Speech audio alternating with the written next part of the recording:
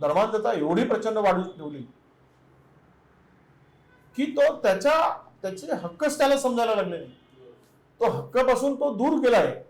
त्याला हक्क कळायलाच लागले नाही. त्याला नोकरी नाही हे महत्वाचं नाही आहे. त्याला नोकरी महत्वाची वाटत नाही. त्यांना उद्या होणारा धार्मिक उत्सव महत्वाचा वाटतो. आणि ही सगळी मंडळींना पोचली जात आहे.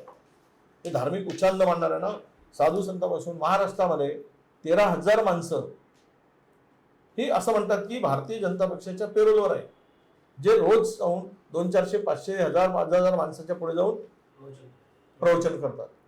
आणि ते काय सांगतात तर ते सर्व धर्मांधता सांगतात. आता तुम्ही प्रदीप मिश्रा नावाचे हे आहे आमचे संत म्हणतो, त्याला आम्ही संत म्हणावं की नाही आता त्यांचा विषय, आम्ही म्हणत नाही.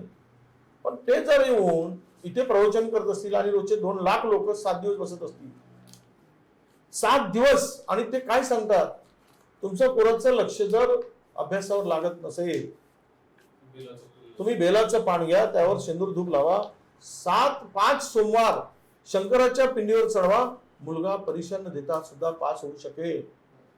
आणि आमच्या बहुजनांच्या बायका प्रचंड टाळ्या वाजवतात.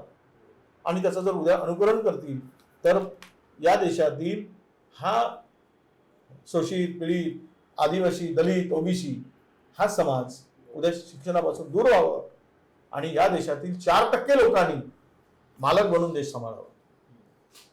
ही त्यामागची भूमिका आहे. 4% लोकांना हा देश ताब्यात घ्यायचा आहे.